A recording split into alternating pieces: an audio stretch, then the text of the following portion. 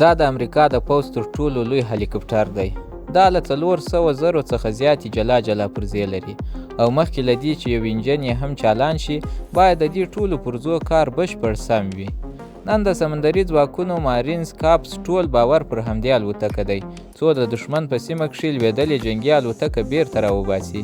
په ارام سمندر کښې داسې جګړه چیرته چې اډې او رنوې نه وي.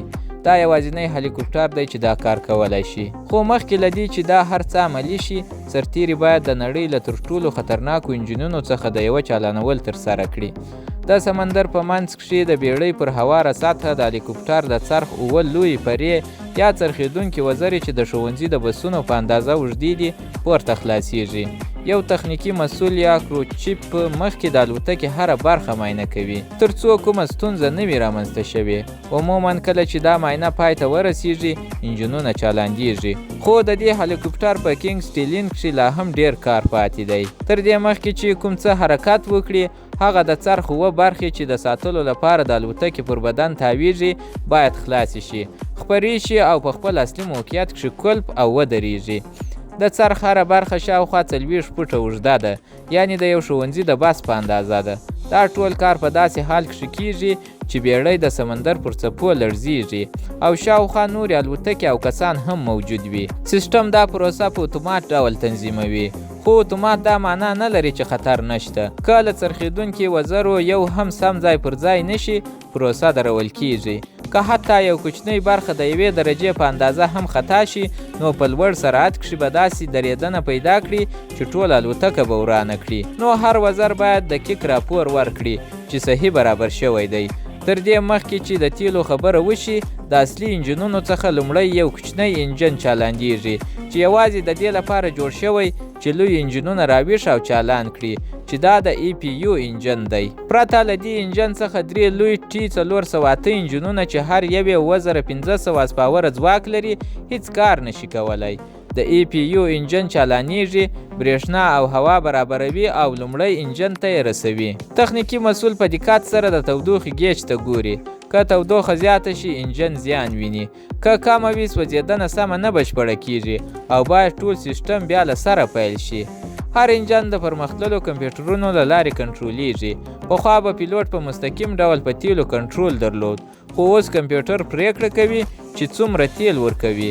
پیلوټ یوازې غوښتنه کوي خو کمپیوټر پریکړه کوي. انجنونه یو په بل پسې چالانیږي ځکه که ټول یو ځای چالان شي سیسټم ته زیان رسوي. که کومه تېروتنه وشي لکه د هوا فشار ګډوډېدل په انجن کښې نو د انجن دننه فشار بیرته شاته ځي او جدي زیان اړوي.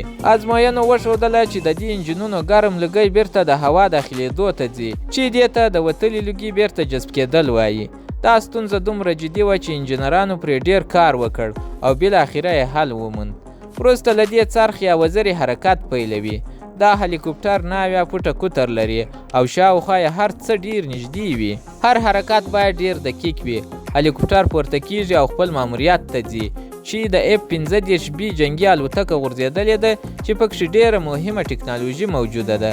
که هغه د دښمن لاس ته ولویږي نو لویه ستونزه به رامنځته شي. پخوا به یا دا غورځېدلې الوتکه ټوټې کېده یا به ویجاړېدله، خو اوس دا هلیکوپټر کولی شي ټول الوتکه پورته کړي. دا تر 60,000 پاونډه وزن پورته کولی شي. سرتیري په ځمکه کښې په کیبلونو الوتکه تړي. هر اړیکه باید ډېره دقیقه وي ځکه که توازن خراب شي کنټرول له منځه ځي. پیلوټ الوتکه نشي لیدلی نو یو تخنیکي کس له شا برخې لارښوونه ورته کوي. کمپیوټرونه په ثانیه کښې سلګونه اصلاحات کوي تر څو الوتکه په دقیق موقعیت کښې وساتي. کیبلونه نښلول کیږي، وزن پورته کیږي او الوتکه هوا ته پورته کیږي. د هوا جریان، بادونه او وزن ټول د کمپیوټر لخوا تنظیمیږي. څرخ یا وزر له پرمختللو موادو جوړ دی. که چیرې مرمۍ هم پرې ولګیږي بیا هم خپل پرواز ته دوام ورکوي. که یو انجن خراب شي نور 2 انجنونه یې پرواز ته ادامه ورکوي. وروسته همدا هلیکوپټر په یوه ټاپو کښې د تیلو پر موقتي مرکز ناسته کوي چې الوتکې ته تیل ورکول کیږي، وسلې پکښې نصبول کیږي او ژر بیرته ماموریت ته استول کیږي. دا مرکزونه د جګړې لپاره ډېر مهم دي ځکه اصلي اډې هدف ګرځي. همدارنګه دا هلیکوپټر کولی شي درنې توپخانې لکه هاویټرز هم انتقال کړي. 1,000 پاونډه توپ له یوې سیمې بلې ته وړي چیرې چې سمدستي ډزې پیلوي. کله چې دښمن د توپ ځای معلوم کړي هلیکوپټر بیرته راځي، توپ ورته کوي او بل ځای ته یې وړي چې دې ته وولئ او وتښتئ ویل کیږي، یعنې ډزې وکړه او ژر ځای بدل کړه. په دې توګه دا هلیکوپټر نه یوازې د انتقال وسیله ده بلکې د جګړې د تکتیکونو یو مهمه برخه هم ده.